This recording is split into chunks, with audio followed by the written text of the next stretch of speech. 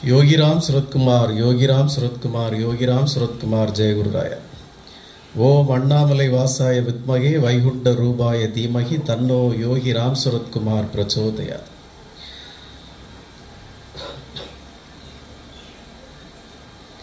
அன்பான யோகி ராம் சுரத்குமார் நாம பிரச்சார குடிலின் பகவானின் பரிபூர்ண ஆசி பெற்ற பக்தர்களே, ஒவ்வொரு வாரமும் சத் சங்கத்தில் நாம் சொல்கிறது இதுதான். பகவானுடைய கருணை நாளுக்கு நாள் ஒவ்வொரு நாளும் யோகி ராம் சுரத்குமார் நாம பிரச்சார குடிலில் பொங்கி ததும்பி பூரணமாக இருக்கு. அது ஏன் நான் ஒவ்வொரு வாரமும் நான் அப்படி சொல்லிக்கிட்டே இருக்கிறேன் அப்படின்னா, அதுக்கு ஏன் நான் அப்படி சொன்னேங்கிறத சமீபத்தில் லக்ஷ்மியும் ஸ்ரீபிரியாவும் உணர்ந்திருப்பாங்க. நாம் இந்த யோகி ராம் சுரத்குமார் நாம பிரச்சார குடியிலிருந்து எங்கு சென்றாலும் நமக்கு பெருமையும் அந்த அருளும் பரிபூர்ணமாக கிடைக்கிறத நீங்கள் அன்றைக்கி உணர்ந்திருப்பீங்க. இதில் ஒரு பெரிய அதிசயம் என்னென்னா, 1987 காணிமடத்தில் ஒரு சின்ன குடிசையில் பகவானுடைய ஒரு படம் வச்சு கோயில் தொடங்கப்பட்டது. அப்புறம் 1990களில் கோவில் கட்ட ஆரம்பித்து 1993 கும்பாபிஷேகம் நடந்தது. இந்த கும்பாபிஷேகம் நடந்து ஒரு 7 வருடங்கள் அந்த கும்பாபிஷேகம் நடக்கிற நேரத்தில் பகவான் யோகிராம் சுரத்குமார் ஃபஸ்ட் டைமாக மீடியாக்களுக்கெல்லாம் ஒரு பேட்டி கொடுத்தார். அதான் முதல் தடவையாக ஒரு பேட்டி கொடுத்தார் இந்த கும்பாபிஷேகத்தை அனௌன்ஸ் பண்ணுறதுக்காக. அதுக்கப்புறம் யுஎன்ஐலேருந்து ஆங்கில செய்தியிலிருந்து நிறுவனத்திலிருந்து பகவான் யோகிராம் சுரத்குமாரை திருவண்ணாமலையில் ஒரு பேட்டி எடுத்தாங்க. அந்த பேட்டியின் முடிவில் அந்த யுஎன்ஐ செய்தி நிறுவன அந்த செய்தியாளர் கேட்குறாரு, பேட்டி நல்லா இருக்குது சுவாமி, இதுக்கு ஒரு டைட்டில் நல்லா அட்ராக்டிவாக இருந்தால் நல்லா இருக்குமே, என்ன டைட்டில் வைக்க அப்படின்னு கேட்டோன்னே பகவான் அப்போ தான் ஒரு சிகரெட் எடுத்து அப்படியே பற்ற வச்சார். அவன் அதை பார்த்தோன்னே எனக்கு கிடச்சிருச்சு, டைட்டில் கிடச்சிருச்சு, ஸ்மோக்கிங் சாமிகள் அப்படிங்கிற மாதிரி, சிகரெட் குடிக்கிற சாமி அப்படிங்கிற மாதிரி ஒரு டைட்டில் வச்சு பத்திரிகைகளெல்லாம் ஃப்ளாஷ் பண்ணான். 1950களுக்கு பிறகு 1950க்கு பிறகு இந்த 1993 தான் நம்முடைய யோகி ராம் சுரத்குமாருடைய உறவினர்கள் உத்தரப்பிரதேசத்தில் அந்த நர்தனா கிராமத்தில் இந்த செய்தியை பார்க்குறாங்க. ஓஹோ, இது அவர் தான், இவர் தான் இப்போ அங்கே இருக்கார் அப்படிங்கிறத உணர்ந்துட்டு உடனே இங்கே ஒரு சில பேர் யாரெல்லாமோ தொடர்பு கொண்டு கேட்டு கன்ஃபார்ம் பண்ணிவிட்டு அங்கேருந்து சுவாமிகளை பார்க்க வந்தாங்க. சுவாமிகளுடைய மனைவி, சுவாமிகளுடைய மகன், மகள், அவருடைய மச்சனை எல்லாரும் பார்க்க வந்தாங்க. சுவாமிகளை பார்த்தாங்க. சுவாமிகள் எதுவுமே சொல்லலை. வந்தாங்க. வந்தோடனே சுவாமி அதுக்கு முன்னாடி சொன்னார், என்னுடைய உறவினர்கள் வராங்க, கொஞ்சம் வழி இடம் கொடுங்கன்னாங்க. வந்தோடனே எல்லாரும் இருக்க வச்சாங்க. அவங்க எல்லாரும் அழுதாங்க, உருண்டாங்க, பிறந்தாங்க. சுவாமிகள் அப்படியே இருந்தார். உடனே எல்லாரும் நாங்கள் இனி உங்கள் கூட இருக்கிறோம் அப்படின்னாங்க. நோ, பார்த்தாச்சா, எல்லாரும் கிளம்புங்க அப்படின்ட்டார்.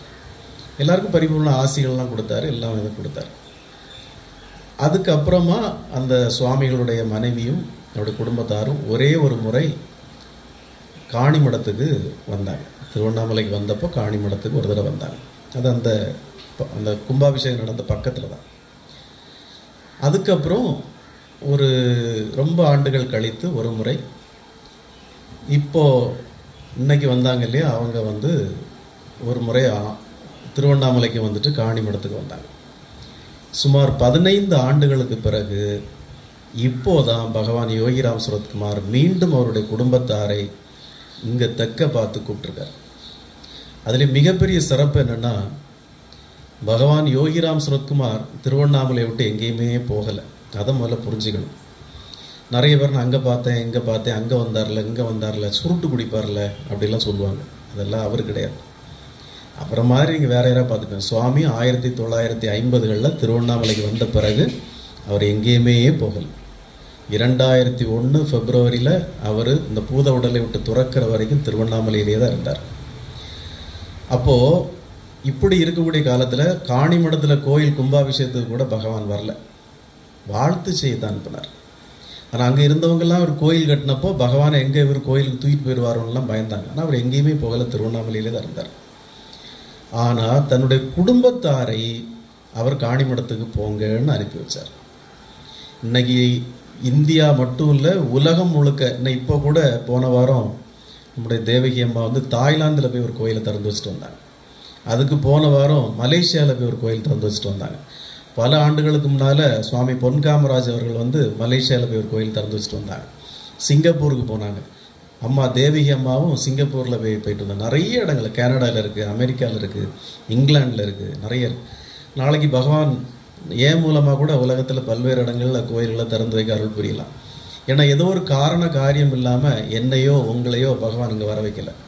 அவருக்கு ஏதாவது ஒரு காரண காரியம் இருக்கும். அந்த காரண காரியத்துக்காக தான் என்னையும் உங்களையும் இங்கே வர வச்சிருக்காரு, இந்த இடத்துல அமர வச்சிருக்காரு. பகவானுடைய ஆசி அவருக்கு கிடைக்கணுங்கிற பாக்கியம் இல்லாத யாரும் அவர் வந்து வழிபடுறதுக்குள்ள வாய்ப்பு கிடையாது. அதை நல்லா புரிஞ்சுக்கணும். அப்போது இத்தனை ஆண்டுகள் கழித்து 2024 ஜனவரி மாதம் 22ஆம் தேதி அயோத்தியில் ராமர் கோயில் பிராண பிரதிஷ்டை பண்ண அதே நேரத்தில் நம்முடைய சரக்கல் விலையில் யோகி ராம் சரத்குமார் நாம பிரச்சார குடியில் நாமளும் பிராண பிரதிஷ்டை பண்ணியிருக்கோன்னு அது ஏதோ ஒரு காரணத்துக்காக தான் பகவான் நிகழ்த்தியிருப்பார். இல்லாமல் அதுக்குள்ள வாய்ப்பு இல்லை. அந்த நாள் கடந்த பிறகு முதலாக நான் பகவானுடைய ஒரு சின்ன விக்கிரகம் வாங்கி 3 ஆண்டுகள் ஆகுது. அந்த 3 ஆண்டுகளாக நான் அதுக்கு வந்து ஒரு அபிஷேகமும் பண்ணதே கிடையாது. அது எங்கள் வீட்டுக்குள்ளே ஒரு இடத்துல இருக்கும். டெய்லி தீபாராதனை காட்டிக்குவோம். அவ்வளோதான் நான் பண்ணிகிட்டு இருந்தேன். முதல் முறையாக ஒரு பாத பூஜை பண்ணலாம் அப்படின்ட்டு நான் யோகிராம் சரத்குமார் நாம பிரச்சார குடியில் உள்ள பக்தர்களுக்காக இவங்களுடைய நல்வாழ்க்கைக்காக ஒரு பாத பூஜை பண்ணலாம் அப்படின்னு புறப்பட்டேன். எல்லாருக்கும் இன்ஃபார்ம் பண்ணேன். யாரும் கலந்துக்கல. 2 பேர் தான் கலந்துக்கிட்டாங்க. அன்னைக்கு காலையில் தான் நான் நினைக்கிறேன், நம்ம நாம பிரச்சார குடியில் பகவானுடைய பாதம் 2 பாதம் இருக்கு. இந்த 2 பாதமும் காணிமடத்தில் பகவானுடைய பாதம் 2 இருக்குது. அது பகவானுடைய பாதத்தை அளவெடுத்து அதை செய்து வாங்கி பகவான் தன்னுடைய நெஞ்சில் வச்சு ஆசீர்வதித்து கொடுத்த பாதம். அதே பாதத்தை அப்படியே அளவெடுத்து செய்த பாதம் தான் இதுவும். இதையும் சுவாமிகள் நம்ம பொன்காமராஜ் சுவாமிகள் எல்லாருக்கும் அந்த அளவெடுத்து செய்த பாதத்தை சும்மா கொடுத்துருவாங்க. ஆனால் நமக்கு அந்த பாதத்தை கிட்டத்தட்ட 2 வாரங்கள் 14 நாட்கள் பகவானுடைய பாதத்தில் காணிமடத்தில் பகவானுடைய பாதத்தில் அதை வச்சு ஆசீர்வதித்து டெய்லி அதுக்கு பூஜை பண்ணி அதுக்கு அபிஷேகம் பண்ணுறப்பெல்லாம் அதுக்கு பண்ணி எடுத்து எனக்கு தந்தாங்க. நாம் அதை இன்னைக்கு பஞ்சலோகத்தில் கவர் பண்ணி வச்சுருக்கோம். இந்த பாதத்தை நம்ம இது வரைக்கும் பூஜை பண்ணவே இல்லைன்னு இதையும் எடுத்துகிட்டு போனேன். அந்த பஞ்சலோக விக்கிரகத்தை முதல் முறையாக எடுத்துகிட்டு போனேன். உங்களையும் கூட்டிகிட்டு போனேன். ஆனால் அங்கே நடந்த சிறப்பு என்னென்னா, காணிமடத்தில் இருந்த பகவானுடைய அந்த பாதத்திற்கும் நம்ம யோகிராம் சரத்குமார் நாம பிரச்சார குடியிலேருந்து கொண்டு போகிற பாதத்துக்கும் நம்முடைய அந்த உற்சவ மூர்த்திக்கும் சிறப்பான அபிஷேகம் நடந்தது. இந்த அபிஷேகத்தில் என்ன சிறப்புன்னா, நான் காலையில் போவேனா இல்லை போக மாட்டேனான்னு சுவாமிக்கு ஒரு சந்தேகம். அவர் சொல்லுவார், வருவாரா இல்லையான்னு அவர் தெரியலன்னு அவருக்கு ஒரு சந்தேகம். நானும் இதெல்லாம் எடுத்துகிட்டு போகிற ஐடியா இல்லை, திடீர்னு எடுத்துகிட்டு போனேன். ஆல் ஆஃப் த சடன் எடுத்துகிட்டு போனேன். என்ன கருணை பாருங்கள், முதல் தடவையாக நம்ம யோகிராம் சரத்குமார் நாம பிரச்சார குடியிலேருந்து அந்த உற்சவ மூர்த்தியும் பாதத்தையும் எடுத்துகிட்டு போகிறோம். பகவான் யோகிராம் சரத்குமார் எப்படி திருவண்ணாமலைக்கு தன்னுடைய உறவினர்களை வர வச்சாரோ, எப்படி காணிமடத்துக்கு தன்னுடைய உறவினர்களை வர வச்சாரோ, அதே போல் யோகிராம் சரத்குமார் நாம பிரச்சார குடியிலேருந்து இந்த சிவகுமாரும் நீங்களும் போகிறப்போ கரெக்டாக அன்னைக்கு யாருக்குமே தெரியாது, காலைல 7 மணிக்கு அவருடைய முக்கியமான உறவினர்களை காணிமடத்துக்கு வர வச்சு அவங்க கையால் அந்த பாதத்திற்கும் அந்த திருவிக்கிரகத்துக்கும் அபிஷேகம், எல்லா அபிஷேகம், அந்த 5 விதமான வாசனை திரவியங்கள் உணவுப் பொருட்களால் அபிஷேகம் பண்ண வச்சு என்கிட்டையும் சுவாமி பொன்காமராஜ் சுவாமிகிட்டே அவங்களுக்கு ஆசி வழங்க வச்சு எவ்வளோ அழகான ஒரு திருவிளையாடலை பகவான் நிகழ்த்திட்டார். அதுதான் நான் சொன்னேன். அதுக்கு முந்தின நாள் தான் நமக்கு வந்து ஒரு அசரீரி மாதிரி, இன்னும் கவலைப்படாதப்பா, ஜனவரி மாதம் 22ஆம் தேதியில் இங்கே நடந்ததுலேருந்து கொஞ்சம் துன்பம் துயரமாக இருக்கேன்னு கவலைப்படாத, அப்படி நினைக்கக்கூடாது, என்ன இங்கே வச்சுட்டு நினைக்கக்கூடாது, இன்னொரு 47 நாளில் உனக்கு நீ நினைக்கிறது எல்லாம் நடக்கும் அப்படிங்கிற ஒரு உத்தரவாதத்தை பகவான் அதனால தான் தந்திருக்கார். அதுக்கு அச்சாரமாக எப்போ நான் உங்ககிட்டலாம் சொன்னேன், 47 நாளில் நம்மளை சார்ந்த எல்லாருக்கும் நல்லது நடக்கும் அப்படின்னு நான் சொன்னப்போ, அது முதல் முறையாக பகவானுடைய முதல் பிரமாண்ட ஒரு பக்தர் ஸ்ரீவில்லிபுத்தூர்லேருந்து அவருக்கு நடக்க ஆரம்பிச்சிருச்சு. நான் அவர்கிட்ட சொன்னேன், கவலைப்படாதீங்க, பகவான் எனக்கு உத்தரவு தந்திருக்காரு, இன்னொரு 47 நாளில் இங்கே வரக்கூடிய எல்லாருக்கும், நான் பிரார்த்திக்கிற எல்லாருக்கும் நல்லது நடக்கும்னப்போ அவர் இன்னைக்கு ஃபோன் பண்ணி, சுவாமி நீங்கள் சொன்னாலும் சொன்னீங்க, எனக்கு நல்லது நடக்க தொடங்கிச்சு. அவருக்கு ஒரு மேஜர் இஷ்யூ இருந்தது, அது கவர்மெண்ட்லேருந்து எனக்கு அந்த ஆர்டர் வந்துருச்சு, நான் என் ஒய்ஃப்கிட்ட கூட சொன்னேன் அப்படின்னு அவர் போட்டிருந்தார். அவங்க ஒரு பக்தை ஃபேஸ்புக்கில் என்னெல்லாம் போட்டிருந்தாங்கன்னு நீங்கள் பார்த்துருப்பீங்க. நான் உங்களுக்கு அந்த மெசேஜில் கூட கண்மணி அனுப்பி விட்டுருந்தாப்புல. அந்த பக்தை அவ்வளவு தூரம் நம்ம மேலே பக்தியாக இருக்க காரணம் பகவான் தான், வேறு எதுவுமே இல்லை. இன்றைக்கி வந்து அந்த அம்மா நான் வந்து எனக்கு நீங்கள் தான் குரு, உங்கள் பாதத்தின் பக்கத்தில் இருந்து நான் திருவாசகத்தை படித்தா எனக்கு கைலாயத்துக்கு போன புண்ணியம் கிடைக்கும்னு அந்த அம்மா நினைக்கிறாங்கன்னா அந்தளவுக்கு பகவான் யோகிராம் சரத்குமார் நம்ம மூலமாக அவங்களுக்கு அவ்வளவு அருளை கொடுத்துட்ருக்கார். இது மட்டும் இல்லை, இது இன்னும் 47 நாட்களுக்குள்ள அதுக்கு மேலே தினம் தினம் நமக்கு ஒரு அருள் புரிய தான் போகிறார். இருந்தாலும் நம்முடைய பிரார்த்தனைகள் எல்லாமே நடக்க போகிறதுக்கு முன்னாடி இந்த யோகிராம் சரத்குமார் நம்முடைய நாம பிரச்சார குடியில் எவ்வளோ தூரம் அருள் வழங்கிட்டு இருக்காருன்னா, தருமபுரி மாவட்டம் கலெக்டரேட்டில் இருந்து தருமபுரி மாவட்ட ஆட்சியர் அலுவலகத்தில் வேலை பார்க்குற கண்காணிப்பாளராக, மாவட்ட பிற்படுத்தப்பட்டோர் நலத்துறையில் கண்காணிப்பாளராக இருக்கக்கூடிய திருமதி ஆதி லக்ஷ்மி அப்படின்னு ஒரு அரசாங்க அலுவலகர் நமக்கு ஒரு லெட்டர் எழுதி போட்டிருக்காங்க. இந்த லெட்டரில் என்ன எழுதியிருக்காங்க அப்படிங்கிறத நம்ம பார்க்கலாம். இந்த லெட்டர் என் கைக்கு கிடச்ச உடனே அதை பிரித்து பார்த்துட்டு நான் அப்படியே பகவானுடைய பாதத்தில் தான் வச்சுருந்தேன். அவங்க எழுதியிருக்காங்க, அனுப்புனர் ஆதிலட்சுமி, கண்காணிப்பாளர், மாவட்ட பிற்படுத்தப்பட்டோர் நலத்துறை, மாவட்ட ஆட்சியர் அலுவலகம், தருமபுரி மாவட்டம்.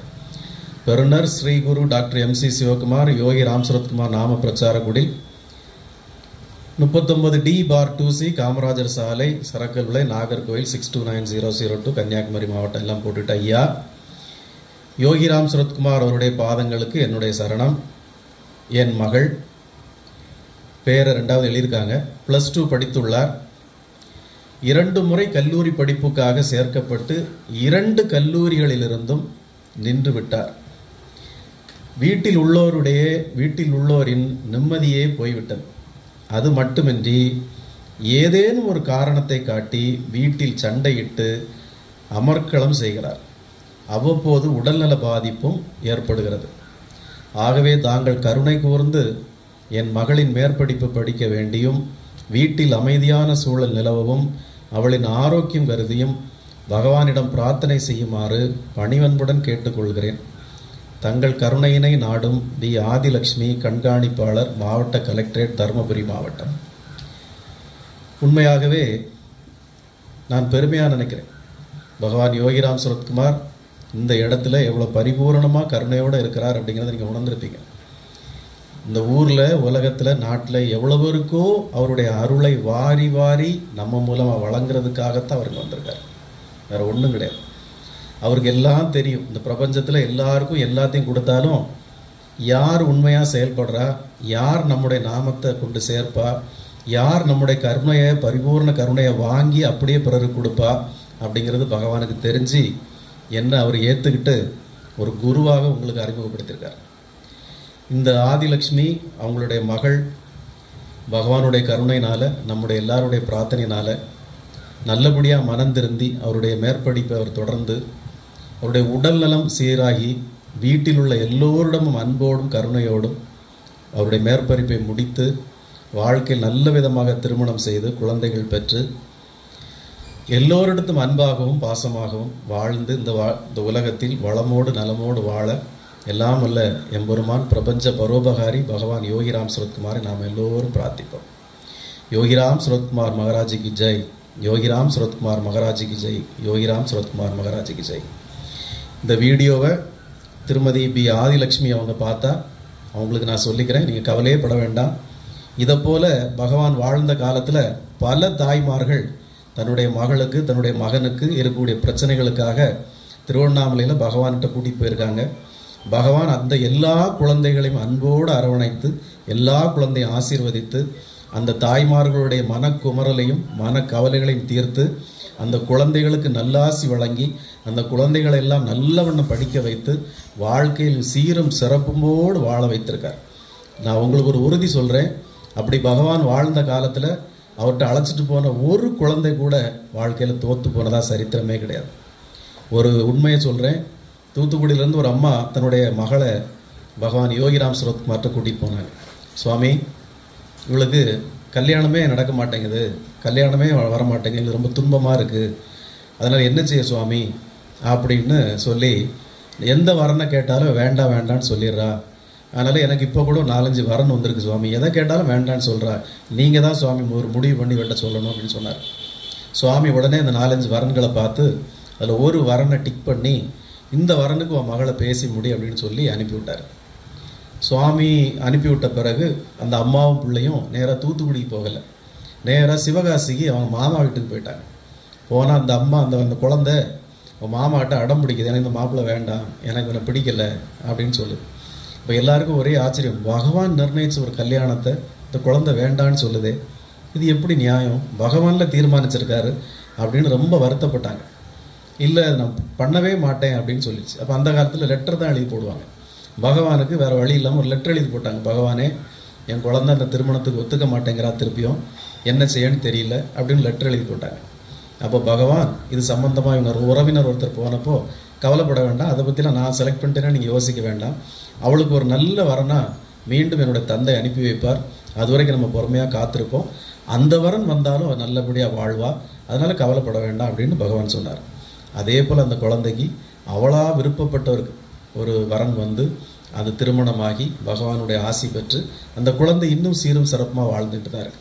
அதனால் பகவானிடம் வந்த குழந்தைகள், பகவானிடம் கோரிக்கை வைத்தவர்கள் யாருமே தோற்று போனதா சரித்திரமே கிடையாது. அதுதான் பகவானுடைய திருவருள். அவர் ஏன் இந்த மாதிரி இந்த பிரபஞ்சத்தை காக்கிறதுக்காக இந்த கலியுகத்தில் உங்களை போல பலருக்கு நல்லொருள் புரிவதற்காக இப்படி பொன் காமராஜ் சுவாமிகளை போல, மா தேவிகி போல, எங்களை போல சில குருக்கள் அவர் ஏன் தேர்ந்தெடுக்கிறாருன்னா, அந்த குரு பக்திங்கிறது ரொம்ப முக்கியம். நீங்கள் இறைவனிடம் நேரடியாக போய் எல்லா வரங்களையும் எளிதாக பெற்றுவிட முடியாது, அதுக்குள்ள காலகட்டம் இப்போ இல்லை. அதுக்குள்ள பக்தி அது என்னங்கிறது இப்போ அந்த காலகட்டத்தில் இல்லை. அது ஒரு போன தலைமுறைகளில் இருந்தது, அது ஒரு யுகங்களில் இருந்தது, இப்போ அந்த யுகங்களில் அது இல்லை. அப்போ இந்த குரு பக்தி அப்படிங்கிறது பரிபூர்ணமாக இருந்தால் பகவானுடைய அருளை எளிதாக கிடைக்க செய்யும், இறைவனுடைய அருளை எளிதாக கிடைக்குச்சு. இப்போ நீங்கள் திருவண்ணாமலை கோயிலில் போய் அழுது உருண்டு புரண்டு மாதந்தோறும் நீங்கள் வந்து கிரிவலம் போயிட்டு இருக்கிறத விட, பகவான் யோகிராம் சுரத்குமார் திருவண்ணாமலையில் போய் சில தடவைகள் பார்த்து அவருடைய பாதத்தில் சரணாகதி அடைஞ்சிங்கன்னா அண்ணாமலையார் ஆட்டோமேட்டிக்காக அருள் புரிவார். அதுதான் எளிதான வழி. அது ஏன் அப்படின்னா, நம்முடைய புராணங்களில் இதிகாசங்களில் இதை பற்றி விளக்கமாக விவரமாக சொல்லி வச்சிருக்கு.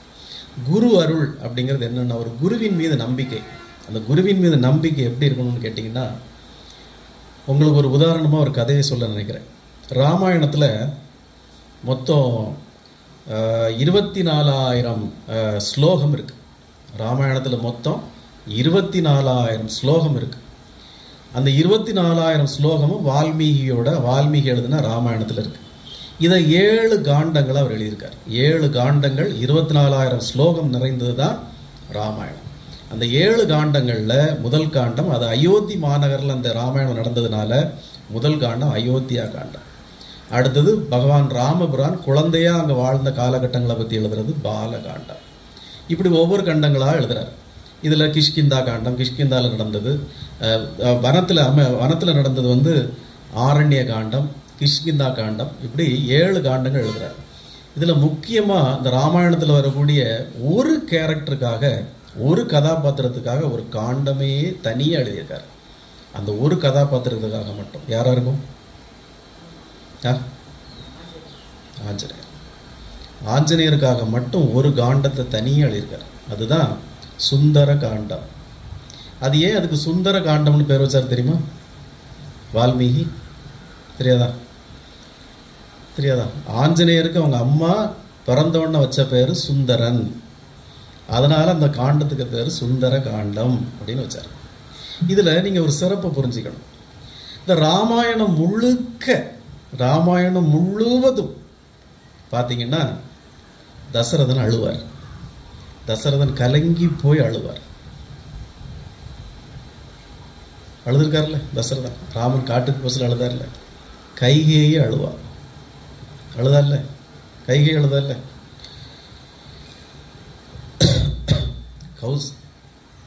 கௌசல்யா அழுதார்ல. எல்லாரும் அழுவாங்க. சீதா அழுதார்ல. லக்ஷ்மணன் அழுதார்ல. ராமன் அழுதார்ல. பரதன் அழுதார்ல. எல்லாருமே அழுவாங்க. மண்டோதரி அழுதார்ல. ராவணன் அழுதார்ல. அந்த ராமாயணம் முழுக்க எல்லாரும் அழுவாங்க. சுக்ரீவன் அழுதார்ல. வாலி அழுதார்ல. எல்லாருமே அழுவாங்க, வேதனைப்படுவாங்க, துன்பப்படுவாங்க. ஆனால் ஒரே ஒரு கேரக்டர் மட்டும் எப்போவுமே அழுததாகவோ கவலைப்பட்டதாகவோ சங்கடப்பட்டதாகவோ இல்லை எனக்கு ஜுரமாக இருக்குது, எனக்கு உடம்பு சரியில்லைன்னு சோர்ந்து போனதாகவோ எனக்கு ஒன்றும் பொழுது போகலை, நேரம் போகலாம், தூங்க போகிறேங்கிறதுக்காகவோ ஒரு கேரக்டர் மட்டும் கிடையாது. அந்த கேரக்டர் ஆஞ்சநேயர் மட்டும்தான். நீங்கள் ராமாயணம் முழுக்க தேடினீங்கன்னா ஆஞ்சநேயர் மட்டும் எந்த இடத்துலையும் அழுததாகவோ துன்பப்பட்டதாகவோ அதில் வரலாறே கிடையாது. வேறு எல்லாரும் துன்பப்பட்டிருப்பாங்க. கடைசி காலகட்டத்தில் போர்க்களத்தில் ராமனும் லக்ஷ்மணனும் எதிரிகள் விட்ட பானத்தினால மயங்கிற நிலையில் கிடப்பாங்க. மயங்கிற நிலையில் கிடப்பாங்க. அப்போ எல்லாரும் பயப்படுவாங்க, ராமனே மயங்கிட்டாரே, லக்ஷ்மணன் உயிர் போகிற நிலையில் இருக்கிறாரே. அப்போ ஜாம்பவான் அனுமார்ட்ட சொல்லுவார், நீ சஞ்சீவி மலையை கொண்டு வந்தால் தான் இதெல்லாம் சரியாகும் அப்படின்னு சொல்லுவார். இப்போ இந்த இடத்துல ஒரு விஷயத்தை நீங்கள் நினச்சி பாருங்கள், நீங்களாக இருந்தால் என்ன நினைப்பீங்க? ஸ்ரீ குரு டாக்டர் MC சிவகுமார் நம்பி உங்களுடைய எல்லா வேலைகளையும் விட்டுட்டு என்ன நம்பி வந்துட்டீங்க. இவர் குரு, நம்மளை பார்த்துக்குவார். நம்முடைய எல்லா கவலைகளையும் இவர் தான் தீர்க்க போகிறார். நமக்கு எல்லா நன்மைகளும் இவர் தான் செய்ய போகிறார். இனிமேல் நம்ம வாழ்க்கை பயணம் இவர் கூட தான். இவர் தான் நமக்கு வாழ்க்கையில் நீ ஒளிவில கேட்ட போகிறேன், என்னோட வந்துட்டீங்க. கடைசி நான் புடக்குன்னு கீழே விழுந்து கிடக்கிறேன். நீங்கள் எனக்கு தூக்கிட்டு போய் வைத்தியம் பார்க்க வேண்டிய சூழ்நிலை இருக்குன்னா நீங்கள் என்ன நினைப்பீங்க? கடவுளை, இவரை நம்பி வந்து கடைசி இவரை காப்பாற்றுறதுக்கு நம்மெல்லாம் போக வேண்டியிருக்குன்னு நினைப்பீங்களா இல்லையா? அதே போல் ராமபிரான் மயங்கி கிடக்கிறாரு, லக்ஷ்மணன் மயங்கி கிடக்கிறாரு. ஜாம்பவான் சொல்கிறாரு அனுமார்கிட்ட, ஆஞ்சநேயர்கிட்ட, நீ வந்து சஞ்சீவி மலையை எடுத்துகிட்டு வா, அப்போ தான் முடியுங்கிறாரு. இப்போ அனுமான் என்ன நினச்சிருக்கணும்? இவரை போய் நம்ம யுக புருஷராக நம்பி வந்தோமே, இவரை நம்மளெல்லாம் காப்பாற்றுவர் நினச்சோமே, இவரை காப்பாற்றுறதுக்கு நம்மெல்லாம் மருந்து கொண்டு வர வேண்டியிருக்குன்னு நினச்சிருப்பார்ல. ஆனால் ஆஞ்சநேயர் அப்படி நினைக்கல. அவர் என்ன நினைக்கிறாரு? பகவானே, இதுவும் உன் திருவிளையாடு, நீ யாருன்னு காட்டுறதுக்கு இதுவும் ஒரு திருவிளையாடு. நான் தேடி போகிற சஞ்சீவி மூலிகை இருக்கே, சஞ்சீவி மலை இருக்கே, அதுவே உன் கருணை இருந்தால் தான் எனக்கு தெரிய வரும். எல்லாம் தெரிய வராது. உன் கருணை இருந்தால் தான் எனக்கு தெரிய வரும். என் மூலமாக நீ ஒரு நாடகத்தை நிகழ்த்துற. எப்படி சிவகுமார் மூலமாக உங்களுக்கு சில நன்மைகள் செய்யணும்னு பகவான் விளையாடுறாரோ, இதே போல் ராமபிரான் ஆஞ்சநேயர் யாருன்னு உலகத்துக்கு காட்டுறதுக்காக அவர் இந்த நாடகத்தை நிகழ்த்துறார். ஆஞ்சநேயர் இந்த சஞ்சீவி மலையை தூக்கிட்டு வரலன்னா ஆஞ்சநேயர் பெரிய கேரக்டர் இல்லை. அதில் லக்ஷ்மணனுக்கும் ராமனுக்கும் இந்த சஞ்சீவி மலையை அவர் தூக்கிட்டு வந்ததுனால தான் இன்றைக்கும் ABT பார்சல் சர்வீஸ்லேருந்து எல்லா இடமும் அந்த மலையை தூக்கிட்டு வர மாதிரி இந்த ஸ்டில் பயங்கர பிரபலம். அப்போ ஆஞ்சநேயர் யாரு அப்படிங்கிறத, இவ்வளோ பெரிய விசுவாசியாக இருக்கிறாரே நமக்கு, ஆஞ்சநேயர் யாருங்கிறது இந்த அத்தனை யுகங்களத்தில் மக்களுக்கும் தெரியணுங்கிறதுக்காக பகவான் ஆடிய நாடகம்னு அதை அனுமார் புரிஞ்சுக்கிட்டார். அப்போது இந்த மொத்த கதாபாத்திரங்கள் எல்லாமே கவலைப்பட்டப்போ ஆஞ்சநேயர் மட்டும் என் கவலையே பட்டதில்லை. குருவின் மேல் இருந்த நம்பிக்கை, அந்த நாமத்தின் மேல் இருந்த நம்பிக்கை. கடைசியில் அவர் பகவான் அப்படி கிடந்து நான் சஞ்சீவி மலை தூக்கிட்டு போகிறப்போ அந்த நாமத்தை தான் சொல்லி மண்ணெடுத்து அப்படி போட்டுட்டு போவார். ராமனுங்கிற மந்திரம் தோக்காது. அவருக்கு ராமபிரான் மேல இருந்த நம்பிக்கையை விட அந்த ராம நாமத்தின் மேல இருந்த நம்பிக்கை அதிகம். பகவான் தோத்து போயிடலாம், ஆனால் பகவானுடைய நாமம் தோக்காது.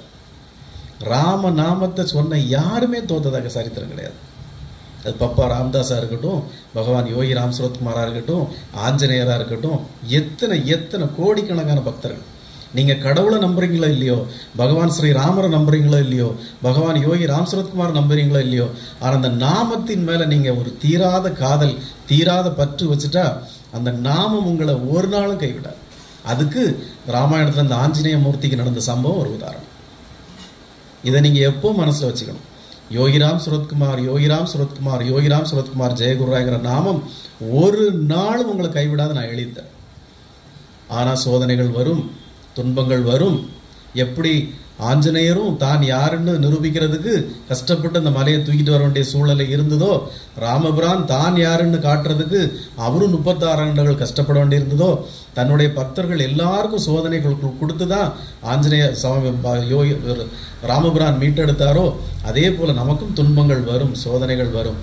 ஆனால் நம்ம விடாமல் ஒரு கணம் கூட பகவான் மேலே சந்தேகப்படாமல், அந்த நாமத்தின் மேலே சந்தேகப்படாமல், ஆஞ்சநேய மூர்த்தி போல நம்ம கண்ணு முன்னாலேயே நமக்கு பெரிய விபரீதங்கள் நடந்தாலும், துன்பங்கள் நடந்தாலும், ஆஞ்சநேய மூர்த்தி போல மனம் கலங்காமல், ஒரு கணம் கூட அந்த நாமத்தின் மேலே சந்தேகப்படாமல், அந்த நாமம் என்னை கைவிடாது, அந்த நாமம் என்னை காப்பாற்றுங்கிற உறுதி பூண்டு நீங்கள் அந்த நாமத்தை சொன்னீங்கன்னா உங்கள் வாழ்க்கையில் எல்லா நன்மைகளும் நடக்கும். இதுதான் ராமாயணம் நமக்கு காட்டுற உதாரணம். இதில் ஏதாவது சந்தேகம் இருக்கா உங்களுக்கு? இதுதான் புராண இதிகாச புருஷர்கள் நமக்கு வாழ்ந்து காட்டிட்டு போன ஒரு உதாரணம். நீங்கள் நல்லா புரிஞ்சுக்கணும். பகவானை வழிபடுறதுக்கு எந்த விதமான சடங்குகளோ சம்பிரதாயங்களோ சாஸ்திரங்களோ உங்களை தடுக்கவும் கூடாது. தீட்டு அப்படிங்கிற ஒரு விஷயம் பகவான்கிட்ட எதுவுமே கிடையாது. அதனால் எந்த சின்ன வயசுக்கு வந்த குழந்தையும் எப்போ வேணாலும் பகவானை வந்து வழிபடலாம். உங்கள் மனசுக்கு ஒத்துக்கலைன்னா கொஞ்சம் தூரமாக இருந்து வழிபடலாம், ஒன்றும் பிரச்சனை கிடையாது. ஆனால் இந்த இடத்துக்கு வந்துட்டு போகிறது ரொம்ப முக்கியம். எதுக்காக நான் சொல்கிறேன்னா, நீங்களே புரிஞ்சிருப்பீங்க இந்த இடத்துல பகவான் எவ்வளோ பரிபூர்ணமாக இருந்தால் இன்னைக்கு இவ்வளோ சம்பவங்களுக்கு நடந்திருக்கணும். பகவானுடைய அத்தை மகன் அவங்க உறவினர்கள் எல்லாரும் இன்னைக்கு யோகிராம் சுரத்குமார் நாம பிரச்சார குடிலுக்கே வந்து அவங்க சொன்ன வார்த்தை என்ன? முதல் வார்த்தை யாரை கவனிச்சிங்களா? இந்த இடம் ரொம்ப சிம்பிளாக இருந்தாலும் ரொம்ப தெய்வீகமாக, டிவைனாக, அழகாக, பீஸ்ஃபுல்லாக இந்த இடம் இருக்குது. நாங்கள் திருவண்ணாமலைக்கும் போயிருக்கோம், காணிமடத்துக்கும் போயிருக்கோம். ஆனால் அந்த இடம் எங்களுக்கு ரொம்ப வசீகரிக்குது, இந்த இடம் ரொம்ப தெய்வாதீனமாக இருக்குது. அவர் எதுக்கு வந்தாரோ அந்த பர்பஸை வேற எங்கேயுமே சொல்ல என்கிட்ட சொன்னார். நான் உடனே பகவான்கிட்ட இருந்து ஒரு எலுமிச்சம்பழத்தை எடுத்து அவரை பிளஸ் பண்ணி, டோன்ட் வரி, நீங்கள் மருத்துவமனையில் இந்த அறுவை சிகிச்சைகள்லாம் வெற்றிகரமாக முடிச்சுக்கிட்டு மீண்டும் ஒரு நாள் இதே யோகிராம் சுரத்குமார் நாம பிரச்சார குடிலுக்கு நீங்கள் வருவீங்க நான் நம்பிக்கையோடு சொல்லிவிட்டேன். அவருக்கு அவ்வளோ சந்தோஷம். அப்போ பகவான் யோகிராம் சுரத்குமார் யார் யார் மூலமாக தன்னுடைய உறவினர்களுக்கு ஒரு ஆசீர்வாதத்தை, அவருடைய ஆசீர்வாதத்தை வழங்கணும்னு நினச்சாரோ அதை கொடுத்துட்டார். இன்னைக்கு அவங்க தைரியமாக போவாங்க. இதுதான் பகவானுடைய கருணை. அவருக்கு யாருக்கு எப்போ எந்த நேரத்தில் எதை செய்யணும்னு தெரியும். அதனால் தீட்டை பற்றி யாரும் யோசிக்க வேண்டியதில்லை. தீட்டு மீன்ஸ் என்ன? What is a mean by தீட்டுங்க நீங்கள் புரிஞ்சுக்கணும். சிலர் மூடத்தனத்தால் நம்மகிட்ட எதாவது சொல்லி காதில் ஏற்றி வச்சுருப்பாங்க. தீட்டு அப்படிங்கிற ஒரு விஷயம் கடவுள் விஷயத்தில் கிடையவே கிடையாது. ஏன்னா நம்முடைய சனாதனத்தில் இறைவனே மனைவி குழந்தைகளோட தான் வாழ்ந்துட்டு இருக்கிறார். அப்படிங்கிறப்ப தீட்டுங்கிற ஒரு விஷயம் கிடையாது. குழந்தை பெற்றா கோயிலுக்கு போகக்கூடாது அப்படி சொல்லுவாங்க. அது எதனால சொல்லியிருக்கு தெரியுமா? குழந்தை பெற்றா தீட்டு, கோயிலுக்கு போகக்கூடாது. ஏன் சொல்லியிருக்காங்க? ஏன் என்ன எதுக்காக சொல்லியிருக்காங்க? குழந்தை பெற்ற உடம்பு ரொம்ப வீக்காக இருக்கும். குழந்தை பெற்ற உடம்பு ரொம்ப வீக்காக இருக்கும். அது இன்னொரு பச்சிளம் குழந்தைக்கு பால் கொடுத்துட்டு இருக்க ஒரு உடம்பு. அது கண்டமேனிக்கு 1000 பேர் கூடுற கோயிலுக்கு போகவும் அங்கே போகவும் கூட்டத்தில் போகவும் போயிட்டு வந்தால் இன்ஃபெக்ஷன் ஈஸியாக வந்துடும். அப்போ இந்த இன்ஃபெக்ஷன் தாயாருக்கு ஈஸியாக வந்தால் குழந்தைக்கும் அது வரும். அதனால தான் குழந்தை பெற்ற பொம்பளையும் சும்மா புசுக்குன்னு பார்க்க போகக்கூடாது. அங்கே போய் இப்போல்லாம் அறிவு இல்லாமல் குழந்தைய தூக்குறது, எடுக்கிறது, கிஸ் பண்ணுறது முட்டாள்தனம். குழந்தை பெற்றவங்களை எப்போ வேணாலும் போய் பார்த்துக்கலாம். அது உடனே பெற்ற உடனே பார்க்க போகிறது, ரூமில் அடைஞ்சி கிடக்கிறது. எங்கள் ஹாஸ்பிட்டலில் அப்படி தான். குழந்தை பெற்றாச்சுன்னா போதும், கும்பலாக வந்து குடிகாரன் குடிக்காதவன், அவ்வளவன் குளித்தவன் குளிக்காதவன் எல்லாம் ரூமுக்கு ஏறி கிடந்து ஓன்னு சத்தம் போட்டு சொன்னாலும் கேட்காது. அது பச்சை புள்ள, அந்த பச்சை உடம்புக்கு ஒத்துக்காது, குழந்தைக்கு ஒத்துக்காது, இன்ஃபெக்ஷன் ஆகும். அதுக்காக தான் அந்த காலத்தில் குழந்தை பெற்றவங்க இந்த வீட்டில் உள்ளவங்க கோயிலுக்கு தீட்டு வர வேண்டாம்னு சொன்னாங்க. இறந்த வீட்டிலேருந்து யாரும் தீட்டு, இறந்து போனால் தீட்டு, கோயிலுக்கு வரக்கூடாதுன்னு சொன்னாங்களே, பேசிட்டோம். ஏன் யாராவது இறந்து போன வீட்டில் இருந்து கோயிலுக்கு வரக்கூடாது தீட்டு அப்படின்னு சொன்னாங்கல்ல, அதை முட்டாள்தனமாக நிறைய பேர் புரிஞ்சுட்டு கோயிலுக்கே போக மாட்டாங்க. 1 வருஷத்துக்கு போகக்கூடாது, இனி 1 வருஷம் ஆன பிறகு தான் போய். ஏன் இறந்து போன வீட்டிலேருந்து கோயிலுக்கு வரக்கூடாது தீட்டுன்னு ஏன் சொன்னாங்க? ஏன் அந்த காலத்தில் காலரா, அம்மை, பொக்கை, இந்த வைசூரி, இந்த மாதிரி தொற்று வியாதிகள்லாம் நிறைய பேர் இறந்து போவாங்க. காலரா வந்தால் ஒரு ஊரையே அடிச்சுட்டு போகும். வைசூரி, பொக்கை, மண்ணை, இந்த மாதிரி இன்ஃபெக்ஷன்ஸ் வந்தால் வீட்டில் எல்லாருக்கும் வரும். அப்போது யாராவது இந்த மாதிரி நோய்கள் வந்து வீட்டில் இறந்துருவாங்க. அதனால தான் வீட்டுக்கு உள்ளே போகாமல் இறந்து வீட்டுக்கு போனவங்க வெளியே துணியெல்லாம் கலத்தி போட்டு, அந்த துணி துவைக்கிறதால வண்ணான்னு சொல்லுவாங்க, அவங்ககிட்ட போட்டுட்டு அப்படியே வெளியே இருந்தே குளிச்சுக்கிட்டு வீட்டுக்குள்ளே வர்றது. அதனால தான் அந்த நோய் கிருமி வரும். அதுக்காக தான். இப்போ இறந்த வீட்டில் உள்ளவங்க கொஞ்ச நாள் கோயிலுக்கு வராதிங்க அப்படின்னு சொன்னால், தீட்டுன்னு சொன்னால், அந்த இன்ஃபெக்ஷன், அந்த பாக்டீரியாஸ் உங்ககிட்டே இருக்கும், அந்த வீட்டில் உள்ளவங்ககிட்ட இருக்கும். தயவு செய்து பொது இடத்துக்கு வராத.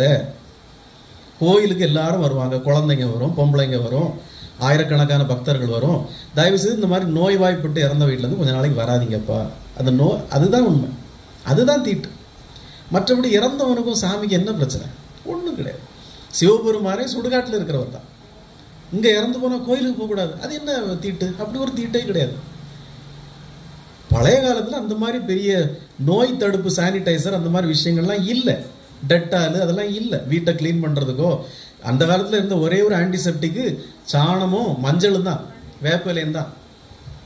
அதனால அது கட்டுப்பட்டு பொது இடத்துக்கு கொஞ்ச நாள் வராதிங்க, வீட்டில் இருங்க, கொஞ்ச நாள் ஆகட்டும், இந்த பாக்டீரியாஸ்லாம் கொஞ்சம் கொஞ்சமாக ஆகட்டும். அதுக்காக தான் சொல்லி வச்சது. சரி, பெண்கள் மாதாந்திர பீரியடில் எதுக்கு வரக்கூடாதுன்னு சொன்னாங்க? அந்த காலத்தில் இவ்வளோ ஹைஜீனிக் பழக்கம் கிடையாது. இன்னைக்கு இருக்கிற மாதிரி சானிட்டரி நாப்கின் அது இதுன்னு எதுவுமே கிடையாது. அந்த காலத்தில் பொது இடத்துக்கு வரப்போ ஏதாவது ஒரு துளி கீழே விழுந்துடலாம், அதில் விழுந்துடலாம், இதில் விழுந்துடலாம், யாருக்கு மேலே படலாம், ஒரு நோய் வாய்ப்படலாம். அதுக்காக ஒரு தீட்டு, கொஞ்சம் ஒதுங்கிருங்க. இதுக்காகத்தான் சொல்லியிருக்க ஒழிய நீங்கள் இதனால இதை காரணம் வச்சு கடவுளை வழிபடுறதை எந்த விதத்துலையும் இங்கே நிறுத்தவே கூடாது. இப்போ நான் ஒரு உதாரணம் கேட்குறேன். இந்த மேல்மருத்தூர் ஆதிபராசக்தி அம்மன் கோயிலில் பெண்கள் எல்லாமே வழிபாடு பண்ணுறாங்களே, அங்கே சாமி இறங்கி ஓடி போயிடுச்சா? சாமி இறங்கி ஓடி போயிடுச்சா? இல்லை அங்கே போகிறவங்க எல்லாம் போய் ஒன்றா பேயடிச்சு செத்துட்டாங்களா? கிடையாது. நான் இப்போ நம்ம மதுரையில் குருஷேத்திரம்னு அவர் வச்சுருக்காரு மாசான முத்தையா. அங்கே எல்லாரும் வழிபாடு பண்ணுறாங்க, பெண்களும் வழிபாடு பண்ணுறாங்க, ஆண்களும் வழிபாடு பண்ணுறாங்க. உடனே அதெல்லாம் அப்படி பகவான் இறங்கி ஓடி போயிட்டாரா? கிடையாது. அப்போது நாம் எப்போவுமே அறிவார்ந்த சிந்தனையில் சிந்திக்கணும். எதுக்காக சொல்லியிருப்பாங்க முன்னோர்கள்? இந்த மாதிரி காரணத்துக்காக தான் இருக்குது. அதனால் இந்த எங்கே நீங்கள் போகாமல் இருங்க, எனக்கு பிரச்சனை கிடையாது. ஆனால் இந்த நாகர்கோயில் சரக்கல் விலையில் யோகி ராம் சுரத்குமார் நாம பிரச்சார குடியில் நீங்கள் வழிபடுறதுக்கு எந்த தடையும் கிடையாது. என்கிட்ட அப்படி ஒரு எக்ஸ்கியூஸை நீங்கள் சொல்லாதீங்க தயவுசெய்து. புள்ள சடங்காய், எங்கள் சித்தி புள்ள சடங்காயிட்டாங்க போனேன் அதனால் வரல, எங்கள் வீட்டில் குழந்தை பெற்றுட்டாங்க அதனால் நான் வரல, எங்கள் அப்பா செத்து போயிட்டார் அதனால் நான் வரல. இந்த எக்ஸ்கியூஸ்லாம் நம்மக்கிட்ட வேண்டாம். நானே செத்தா கூட தூக்கி போட்டு புதைச்சிட்டு அடுத்த நாளே நீங்கள் விளக்கு வச்சு நாமம் சொல்லணும். This is what I want. என்னோட இது தான். நானே இறந்தால் கூட ஐயோ உங்கள் வீட்டில் அவர் இறந்துட்டார் அதனால் ஒரு மாதங்க போக வேண்டாம். நான் இறந்தாலுமே நீங்களாம் நாமம் சொல்லலாம், உட்காந்து நாமம் சொல்லணும். This is what I want. இங்கே இருந்து எல்லாரும் அடக்கம் பண்ணுற வரைக்கும் நாமம் சொல்லலாம். அடுத்த நாளே உட்காந்து நீங்கள் வழக்கம் போல் நீங்கள் பகவானை கும்பிடணும். பகவானுக்கோ பகவானுடைய நாமத்துக்கோ அவர் அருளுக்கும் மரணமே கிடையாது. அந்த அருளுக்கும் உங்களுக்கும் எந்த கேப்பும் கிடையாது. இதில் யார் போனாலும் அதுக்கு எந்த தடங்களும் கிடையாது. நீங்கள் உங்கள் வழிபாடை தொடர்ந்து செய்துக்கிட்டே தான் இருக்கணும். அதுக்காக தான் பகவான் உங்களை கலைச்சிருக்காரு. அதனால் உங்களுக்கு இங்கே தீட்டுன்னோ இல்லை தடையின்னோ எதுவுமே கிடையாது. பகவான் யோகிராம் சுரத்குமாரை எந்த நிலையும் நீங்கள் வழிபட தடையே கிடையாது. அதில் எந்த எக்ஸ்கியூஸும் சொல்லாமல் ஒழுங்காக வரணும். நாளைக்கு பேர் என்ன?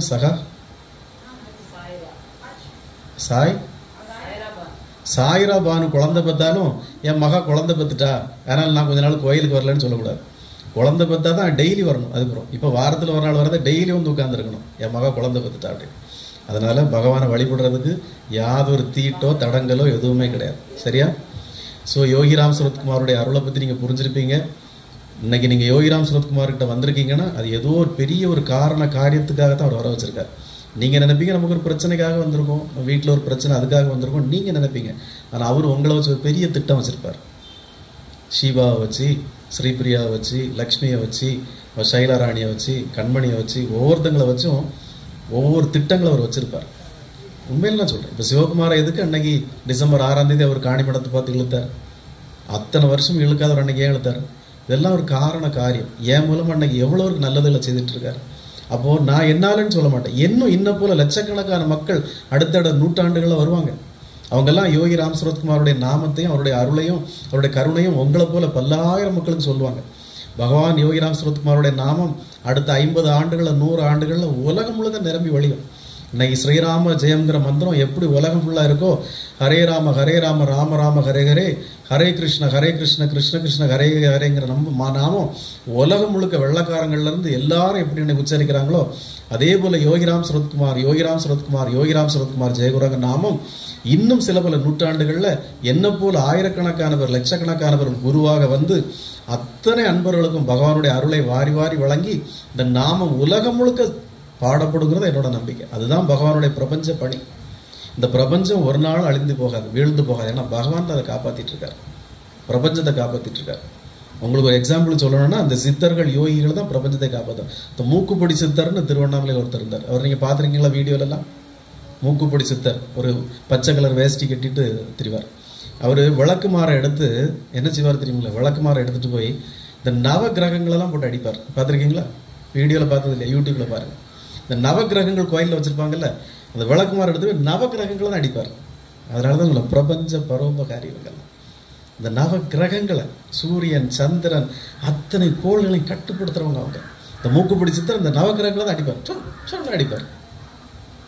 அப்போ அதே போல தான் பகவான் யோகி ராம் சுரத்குமார். அவர் இந்த பூமிக்காக மட்டும் இல்லை, உங்களுக்காக மட்டும் பணி செய்கிறவர் இல்லை, ஒட்டுமொத்த பிரபஞ்சத்துக்காக பணி செய்கிறவர்.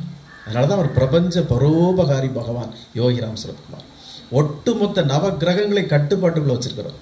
அப்புறம் உங்களை எப்படி சனி பகவான் கஷ்டப்படுத்துவார், புதன் பகவான் எப்படி கஷ்டப்படுத்துவார், வியாழ பகவான் எப்படி கஷ்டப்படுத்துவார்? ஒருத்தர் கஷ்டப்படுத்த முடியாது. பகவானை மிஞ்சி யாருமே கிடையாது. பகவானை மிஞ்சி யாருமே கிடையாது. இப்போ நீங்கள் சனீஸ்வரன் எடுத்துக்கிட்டீங்கன்னா அவருக்கு அதிபதி ஆஞ்சநேயர். புதனை எடுத்துக்கிட்டீங்கன்னா அவருக்கு அதிபதி தட்சிணாமூர்த்தி. இப்படி ஒவ்வொரு கோள்களுக்கும் ஒவ்வொரு இதுக்கும் ஒரு அதிபதி இருக்கார். ஒட்டுமொத்த நவகிரகங்களுக்கு அதிபதி பகவான் யோகிராம் சரத்குமார். அதான் நான் சொல்றேன். இது அவரே சொல்லியிருக்கார். பகவான் யோகிராம் சரத்குமார்கிட்ட உங்கள் நட்சத்திரத்தை ராசியை சொல்லுங்க சுவாமி, உங்கள் ஜாதகத்தை நான் பார்க்குறேன் அப்படின்னு ஒரு ஜோசியக்காரப்ப கேட்டப்போ பகவான் சிரிச்சுட்டே சொன்னார், நவகிரகங்களே நாங்கள் பந்தாடுறவங்க, அதை போய் எனக்கு நீ ஜோசியம் சொல்ல போறியான்னார். அதை போல் இந்த நவகிரகங்களை உங்களுக்கு சனி பயிற்சி நடந்தாலும் சரி, குரு பயிற்சி நடந்தாலும் சரி, யோசிக்கவே வேண்டாம். எல்லாவற்றுக்கும் அதிபதி பகவான் யோகிராம் சரத்குமார். சிவனுடைய அம்சம், பகவான் ஸ்ரீ ராமருடைய அம்சம். சில பல நூற்றாண்டுகளுக்கு ஒரு முறை இந்த மண்ணிற்கு வரக்கூடிய தெய்வ அவதாரங்களில் ஒரு அவதாரம் பகவான் யோகிராம் சரத்குமார். இந்த ஜென்மாவில் நம்ம அவர் அடைந்தது, அவர் அறிந்தது நாம செய்த மிகப்பெரிய புண்ணியம். நாம் அடைந்தது மட்டும் இல்லை, நீங்கள் அடைந்ததால் அவருடைய நாமத்தை நீங்கள் சொல்கிறதுனால உங்கள் அடுத்தடுத்த தலைமுறைகள் இனிமேல் தப்பி போயிடும். அடுத்த 3 தலைமுறைகள் செல்வ வாழ்வாங்கு வாழும். அதை நீங்கள் மனசில் வச்சுக்கணும். ஸோ யோகிராம் சரத்குமார்ங்கிற நாமத்தை இன்னைக்கு நாளையோட நடத்திடாமல் தினமும் எந்த கணமும், இவ்வளோ லக்ஷ்மி நல்லா பழகிட்டாங்க, சொல்லிகிட்டே இருக்காங்க. ஸ்ரீபிரியா நல்லா பழகிட்டாங்க, வாயில் வந்துக்கிட்டே இருக்கு. அதுபோல் ஷீபாவும் சைலாராணியும் கண்மணியும் அவங்களும், அதுபோல் இவ ரின்சியும் எல்லாரும் இந்த நாமத்தை விடாமல் எப்போ ஜெபிச்சுட்டே இருக்க உங்களுக்கு ஜெபம் தோற்று போகாது. அது ஒரு நாள் உங்களை விடாது. பிரார்த்தனை பலனளிக்க கூடாது. Prayer brings miracles. அதனால் நீங்கள் பிரார்த்தனை பலமாக வைங்க. பகவான் யோகிராம் சரத்குமார் உங்கள் எல்லாருக்கும் கருணையை சீக்கிரமாக அருள் புரிவார். உங்கள் ஒவ்வொருத்தருடைய வேண்டுதலும் உங்களுடைய கர்மாவை பொறுத்து ஒரு ஆளுக்கு இன்னைக்கு, ஒரு ஆளுக்கு நாளைக்கு, ஒரு ஆளுக்கு நாளை கழிச்சு நிச்சயமாக நிறைவேறும். அதில் எந்த மாற்று கருத்தும் கிடையாது. நம்பிக்கையோடு பகவான் யோகிராம் சரத்குமாருடைய நாமத்தை சொல்லுவோம். யோகிராம் சரத்குமார், யோகிராம் சரத்குமார், யோகிராம் சரத்குமார். ஜெய குருராயா.